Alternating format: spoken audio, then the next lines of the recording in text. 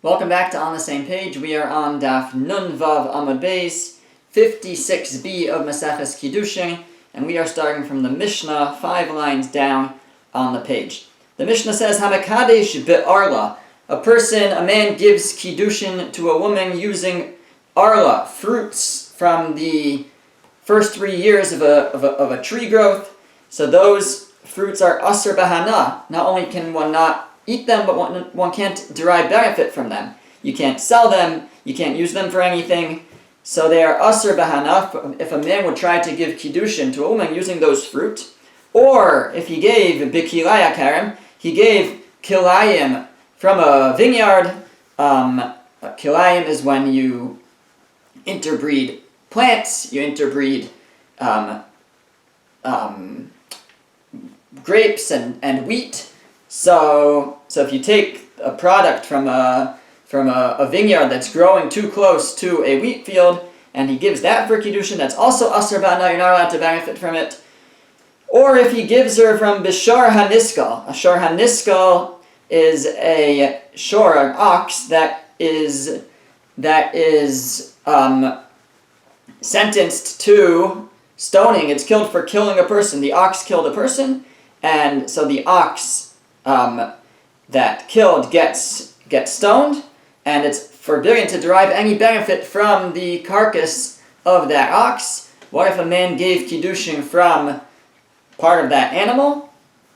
Uva egla arufa, or he tried to give her from an egla arufa. An egla arufa is the situation where a person is found dead on a road in between two cities. So the elders of the closest city sort of take responsibility, and there's a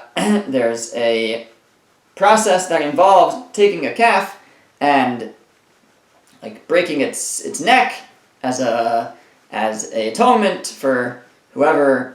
Different explanations for what exactly they're doing, but that calf is also asr ba'ana. You're not allowed to benefit from it. So what if a man took from the egla arufa, took that calf, and tried to use that for Kiddushin? Bitzipari mitzora, or he took the birds of a mitzora offering. So after a person gets tzaras, so they go through a process of purification, and as part of that process, there are bird offerings. Those are asr ba'ana. You're not allowed to get any benefit from them. Uvish seyar nazir. When a nazir, a person who commits to not drink wine and not become tameh, and they grow their hair, and at the end of the Naziris, at the end of the Nazir period, they cut their hair, and that hair gets put under, it gets burned as on the fire of a carbon, but the hair is forbidden to benefit from. So what if a man took that hair and gave it for Kiddushin? Upeter chamor, or what if he took a donkey that was supposed to be redeemed for a sheep? So the halacha is a firstborn donkey, you're supposed to redeem it for a sheep. If you don't, then you kill the donkey instead, and you can't benefit from that donkey unless you redeem it. So what if it wasn't redeemed, and he tried to give the donkey or the carcass of the donkey as Kiddushin to a woman? Ubasar b'chalav, or meat that was cooked with milk. Meat that's cooked with milk is also forbidden bahana. Can't derive any benefit from it. What if he gave her a meat and milk dish? V'chulin shenishlechutu ba'azara, or he gave her chulin. Chulin is something that's chol. It's not a carbon. It's talking about an animal that gets shechted, that gets slaughtered in the Beis Hamikdash, but it's not a carbon. So either it was never meant to be a carbon, or it was, but it wasn't fit to be a carbon. So in that case, that meat is forbidden to derive any benefit from. So all of these cases, what if a man would try to give Kiddushin with any of these things? The Mishnah says, Eina mikudashes. She is not mikudashes. She is not betrothed, because he can't benefit from any of these items. Machran v'kiddush b'dmein mikudashes. What if he tried to sell them, which he wasn't allowed to do, but he sold them and he got money in exchange for it, and now he used the money to give Kiddushin. So then the Mishnah says Mikudeshes. That Kiddushin would be good, and that's because the money doesn't acquire the status of the item that he sold. These items, when he sells them, they retain their status as Asr Bahana. So if I start with Arla, I start with fruit, and then I sell it to someone else, well now he has the Arla, and it's forbidden to him now. It doesn't transfer, the Isser, the prohibition doesn't transfer over to the money. So the money I receive actually is mine. I wasn't allowed to sell it, I wasn't allowed to benefit from it. But now that I did it, the money's mine, and the money, if it was used for Kiddushin, the Kiddushin would be a good Kiddushin. So just to review it quickly, so the Mishnah said, if you give Kiddushin with either Arla, fruits from the first 3 years of the tree, or Kilaya Keren, these mixed breed crops of grapes and wheat, Sharan Iskal, a ox that killed someone and gets stoned, Egla Rufa, this animal that's the atonement for the murder of somebody in between two cities, Tzipari Mitzara, the birds of the that are involved in the process of purifying someone who has tzaras, Uveser Nazir, the hair that a Nazir cuts at the end of his Nazir's process, Petr Chamor, a donkey that's supposed to be redeemed for a sheep, a firstborn donkey, Basar Bechalav, meat that's cooked with milk, Chush Nishlu Bazara, and any animal that's shafting in the base of Mikdash, but not for the purpose of a carbon. All these things are Asar Ba'ana, you can't benefit from them, and if a man were trying to give them for Kiddushin, the Kiddushin would not be good. Okay, so the Gemara says, Be'arla minalam. How do I know that you can't benefit from Arla? So the Gemara says, D'Tanya, because we're learning a brisa, Arelim lo yeyachel. It says that when you come to the land of Israel and you plant trees, the trees will be forbidden. Arautem or laso es priyo shalosh shanim yelachem arelim lo yechel. The first 3 years of the tree, they will be arelim. They will be forbidden, and lo yechel, you can't eat from it. So ein le'ala isra achila. So all I know is that you can't eat from it. It says lo yechel, you can't eat. Hana'a minaying. How do I know you also can't get any benefit from it? How do I know you can't benefit in other ways? You can't use it to color something. You can't take these fruit of Arla and use them for dyes. You can't use the oil it might produce for lighting a candle. How do I know you can't derive any benefit beyond eating? Talmud Lomar, because the pasuk says Varautem Arlaso. So in that same pasuk it says you'll plant any tree to eat Varautem Arlaso, and it throws in this, and they'll be forbidden to you. Now it says that the fruit for 3 years will be Arelim Lo Yacha. So there's a little bit of redundancy in that verse, and the Gemara says that's what's the redundancy for? It's coming to teach me that not only can you not eat it, but it's so forbidden you can't even benefit from it. Okay, the Kilaya Keren. So the Mishnah talked about giving Kiddushin with Kilayim, with crossbred grapes or wheat. So minalan, how do I know you can't benefit from that? So Amar Chizkiah says, Amar Kra, because the pasuk says, don't plant your vineyard kilayim, right, with next to wheat, pen tikdash, lest it become tikdash. What does tikdash mean? So literally means like holy, or it really means like it's not just holy, it's beyond us. So that's an expression sometimes of something that's prohibited, lest it become something beyond us. But Chizkiah says tikdash is it hints to the idea of tukad esh, pen tukad esh, lest it need to be burned in fire. So tikdash expresses you can't benefit from it. This is tukad esh, this is something that needs to be burned. Rav Ashi Amar, Rav Ashi says pen yeh kodesh, lest it take on the status of kodesh, of like hektish. That's his drasha. Pen tikdash means lest it become like hektish. So that's his source that you can't benefit from it. Says the Gemara, wait a second though. Ima kodesh tofes is dama v'yotze l'chulin If you're learning it from the idea, if you are understanding the verse to mean pen tikdash, lest it become holy and be treated like hektish, well, hektish, you're able to redeem. And if somebody designates something as hektish, sacred to the Beis HaMikdash, and then they redeem it for money, so the money becomes holy, and the item loses its sanctity.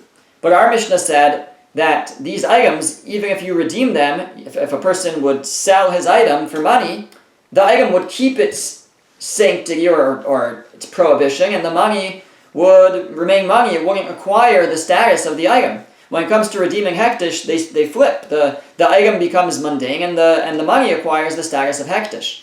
So it can't be that we're comparing it to hektish, because we said kilaya karim doesn't take the status. The money does not take the status of the kilayim. The kilayim, these crossbred plants, maintain their status, even if they're sold.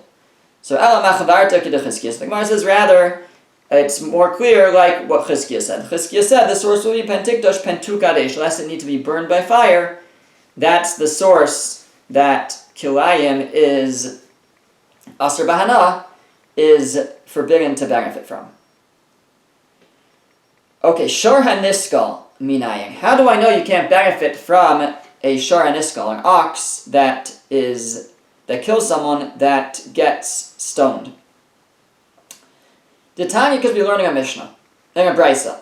Mimashma shenemar, from the fact that the pasuk says sakol yisakel ashar, that you shall surely stone the ox. Again, we're talking about an ox that killed a person.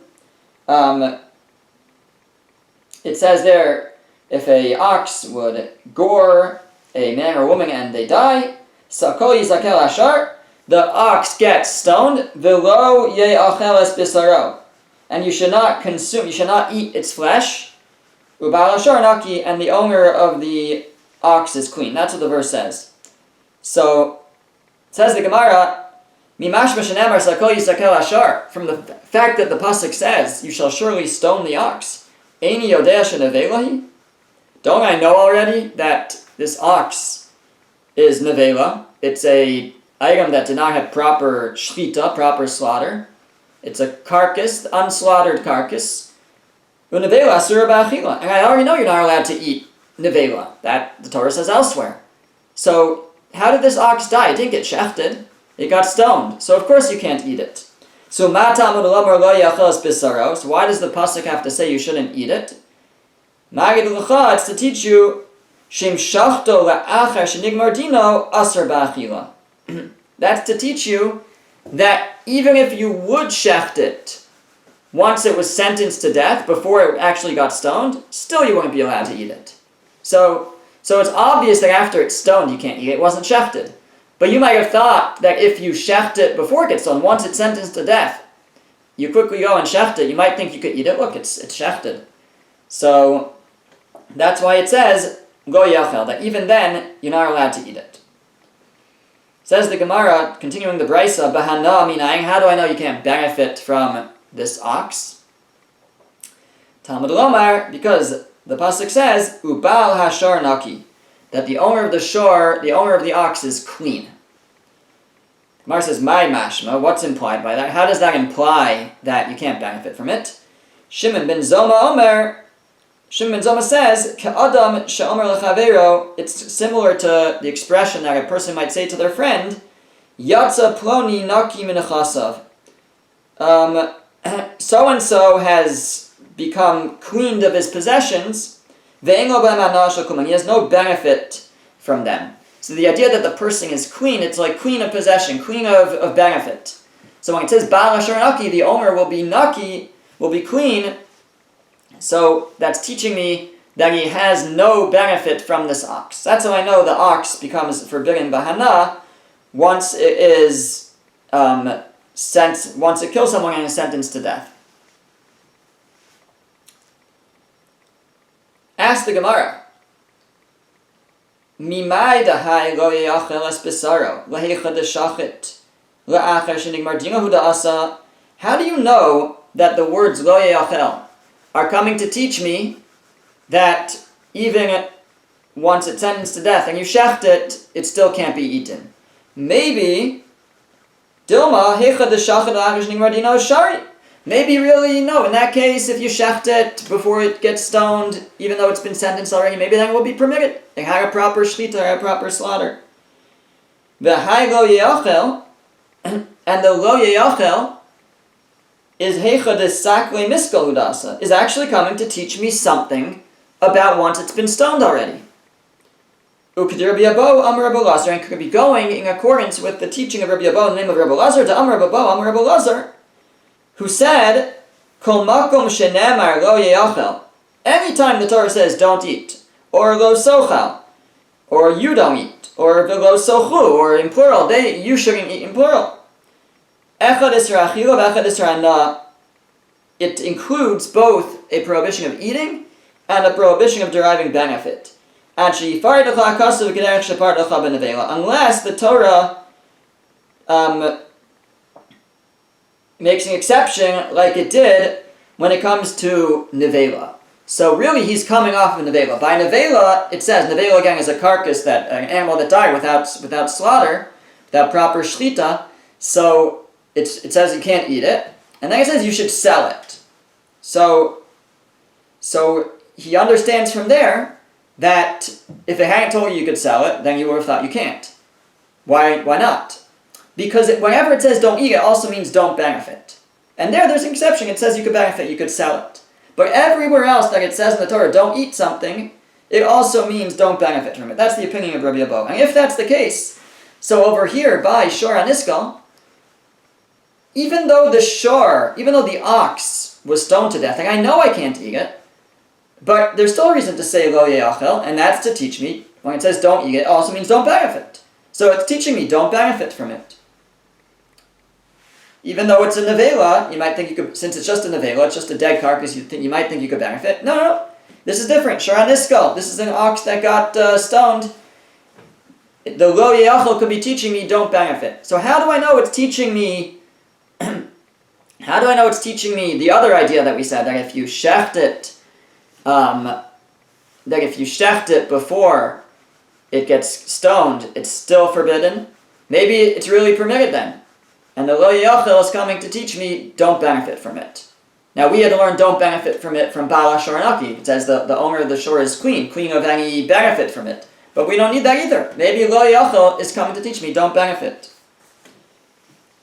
So the Gemara says, Hani mili hecha de nafgalang isra achila me lo yeyachel. When do we say that lo yeyachel or lo yochel or lo sochel, anytime it says don't eat, it's teaching me not only that it's forbidden to eat, but also that it's forbidden to benefit? When does that rule apply? That's where we also are learning from that word, an isra achila, that you're not allowed to eat it. Bar hacha, over here, isra achila misako yisakel nafka. The isra achila, that which it's forbidden to eat, I already know because it says you stone it. And if you stone it, then it becomes a nevela. So I already know that you can't eat it. So I'm not learning from the word lo yeyachel that I can't eat it. I already know that I can't eat it. Why? What's the logic? Why would we say that it's only when it's also teaching me that you can't eat does it teach me that you can't benefit? But lo yeyachel cannot teach me on its own don't benefit. Because, says the Gemara, because if you would think that it's coming to teach me that you can't derive any benefit, nichtov kra lo yehane. Let the Torah just say don't benefit from it. Meaning, in general, if it's teaching me that I can't eat, and it's also teaching me that I can't benefit, so it makes sense to say don't eat. And they say, whenever it says don't eat, it includes don't benefit.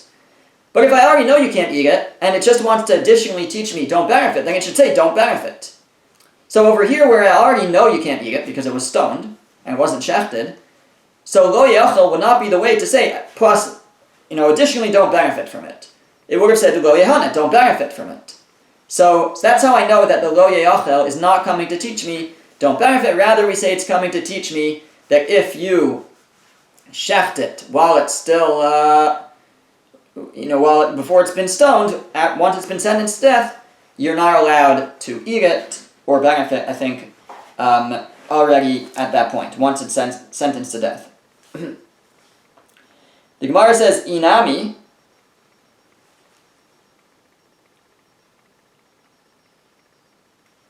alternatively, we could say, Lo ye'achlas besaro lamali. How do I know? Another way to, I guess, explain the idea that even if you shecht it, you still can't eat it, is as follows. Meaning, the Gemara said, how do you know how do you know that if you shecht it before it's stoned, you still can't benefit, you still can't eat it, even though it had a proper shechita? So it said it's from lo ye'achel, because that's extra. Because I know I can't eat it once it's stoned, so it must be teaching me even before it's stoned, if I shecht it, I can't eat it. The Gemara said, oh, but lo ye'achel could be for Rabbi Abo. It could be teaching me not to benefit. And really, maybe you are allowed, if you would shecht it early, maybe you could eat it. So now we have another source that you still wouldn't be able to eat it. Inami, alternatively, lo ye'achlas bisaro lamali. Why does it say don't eat its flesh? What else am I going to eat? You eat the meat, the bisaro, the meat. Don't eat the meat. What else am I going to eat? So what that's teaching me is afal gav deshachte kein basar aser. It could be teaching me that even though you shechted it like regular meat, it's still forbidden. So that could be the source. Meaning maybe lo ye'achel really could be teaching me that you can't get hana, like Rabbi Abo. But the fact that it says lo ye'achel es bisaro, don't eat the meat, so obviously you can't eat the meat, it must be teaching me even though you shechted it like normal meat, you still can't eat the meat. Maskif la Mar Zutra. So Mar Zutra posed a question. Ve'ema hani mili hecha de badak tzur b'shachat ba. Maybe that which we say you can't eat it if you shecht it is if you shechted it through stoning. Meaning you took a stone, you checked it, and then you used the stone for shechting it. Demechsi skila. That looks like skila. So maybe like this, when the Torah says, Sakol yisakel, you should stone the ox, and don't eat it. We say, of course, if you stoned it, you can't eat it, you didn't shecht it. So the Gemara asks, maybe you did shecht it. Maybe what you did was you sharpened the stone, and you used the stone to shecht it, and that's kind of like stoning it at the same time.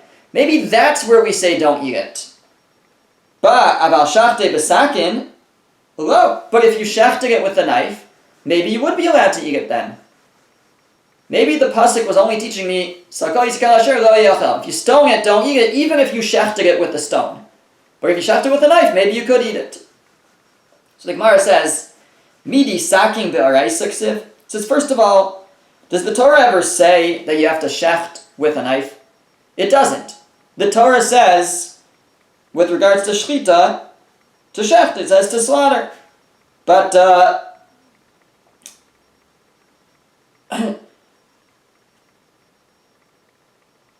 so whether I shecht it with a knife or with the stone or anything, there's no source to differentiate in any way. And the act of shechting with a knife is shchita. It's not skila. Don't say that's like skila. That's shchita. That's shechting. The Torah never said that using a knife is more of a shchita than using a stone. It never said that. So you wouldn't distinguish like that. And it's all shchita. It's all shechting. And furthermore, the Gemara says that we have a brisa that says this. Tanya, the brisa says, B'chol shochten. You can use anything for shchita, for shechting, for slaughtering. Ben betzur, whether with a rock, ben bezechuchis, whether with glass, ben bekromis, shalkanet. You could use like a sharp reed. So there's lots of options for shchita. Obviously nowadays, the best way is with a good sharp knife. But we don't recommend any of these other methods, but technically they could be good. There's no halacha that has to be specifically a knife. It has to be sharp. It has to give a good shchita. So there's no reason to distinguish and say that there's different types of shchita, and the Torah would prohibit if you shechted it with a knife, but prohibit it if you shechted it with a stone, but allow it if you shechted it with a knife. Gemara continues, it says, V'hashta the nafka long isser achila v'isser hana tarvayim ilo yachal. Well, now that we're able, if we work within Rabbi Abo, we can learn both that you can't eat it and you can't benefit from it from the word lo yachal. If we're in Rabbi Abo's world, we could learn both from the word lo yachal. So hi bala sharnaki l'mayasa. So if we're learning from lo yachal that you can't benefit, so what do I need? The pasuk, the part of the pasuk that says bala sharnaki, the owner of the ox will be clean. What do I need that for? Right? Previously we were using that to learn he's clean from any benefit. He has nothing from this ox. But now we learn that you can't benefit from lo yachal. So what's bala sharnaki, the owner of the ox is clean, coming to teach me? Says the Gemara lahanas oro. It's coming to teach me that you not only cannot benefit from the animal, that we learned from lo yachal, but you can't even benefit from the or, from the skin, from the hide of the animal. Because I might have thought to say lo yachlas bisaroksev, because the pasuk says don't eat its meat, and lo yachlas also don't benefit from its basar, from its meat, from its flesh. Bisaro aser v'oro mutter. I would have said the flesh is forbidden, but the hide is permitted. That's why it says no. Bala shornaki, he is clean. He gets nothing. The owner of this ox gets nothing. The Gemara asks, "Ulahanach tanai demafki lehai bala shornaki lechatzi kofer ula demei vlados." But there are other tanaim that are already using the words bala shornaki for another idea, and that is to teach me that if the shor was a tam, if the ox was a tam is an ox that has not established itself as a gorer, as opposed to a muad. A muad is, it has a record. It's gored 3 times. It has a record. So, if it was a muad, not only does the ox get killed, but the owner has to pay kofer. He has to pay damages for the for the ox that killed a person, for the person. But if it's a tam, if the ox has no record, he doesn't have to pay any damages, and he doesn't have to pay chatzi kofer, not even half. Now, when it comes to nezek, when it comes to regular damages, there is an idea that a tam pays half damages, chatzi nezek. But here, when it comes to killing, there's no bala sharnaki says the owner is clean. There's no requirement to pay half kofer. That's what bala sharnaki teaches me. Additionally, it could teach me demei vlados, that a ox that gores a woman and a pregnant woman and the fetus doesn't survive. So if a person did that, he would have to pay damages for the fetus. If an ox does it, bala sharnaki, we say. The owner of the ox is exempt, he does not have to pay. So if bala sharnaki is teaching me those ideas, that the owner doesn't pay half damages when the ox was just a tam, and he doesn't have to pay for vlados, for the fetus, if the ox gored a pregnant woman, so hanas aro minalahu. How do they know that you can't benefit from the hide? Because that's what we were trying to use bala sharnaki. The owner is naki, he's clean, he can't get any benefit. Teaches me he can't benefit from the hide, but they're already using the pasuk. So how do they know that he can't benefit from the hide? The Gemara says, "May es bisaro," because it says, "Lo yachel es bisaro," and es is an extra word. He shouldn't eat its flesh. Es is extra, and it teaches me es hatafel lebisaro, that which is secondary to the flesh, and that is the hide. So v'idach, and the other opinion that didn't learn it from es, he learned it from bala sharnaki. What about the word es? Shouldn't he be able to learn it from there? So the top of the next page, it says es lo darish. No, he doesn't learn things from the word es. He doesn't think es comes to add anything. Kedetanya, like we learned in a brisa. Shimon ha'amsuni, v'amri lo Nechemya ha'amsuni, some say it was Nechemya ha'amsuni, Hayadarish kol esin shebatorah. He went through all the essence. Every time it said es in the Torah, he felt that's an extra word, and he explained what it was coming to add, what it was coming to include. But when he got to the pasuk, Es Hashem Elokecha Tira, you shall fear Hashem your God, Piresh, he desisted, he stopped the whole thing, he canceled. Because what are you going to say is included in Es Hashem Elokecha Tira? You shall fear Hashem your God, and anything, is there anyone to put in that sentence with you shall fear Hashem your God? So he said, canceled, S, can't be that S is coming to teach me anything.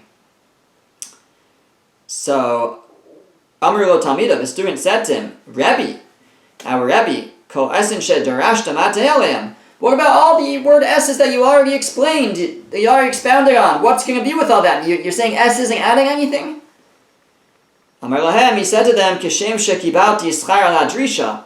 Just like I receive reward for darshaning them, for teaching them, for learning, expounding them, Kach Kibalti Ala Prisha. So too I'll receive reward for separating from it, for saying this can't be emes, this can't be true.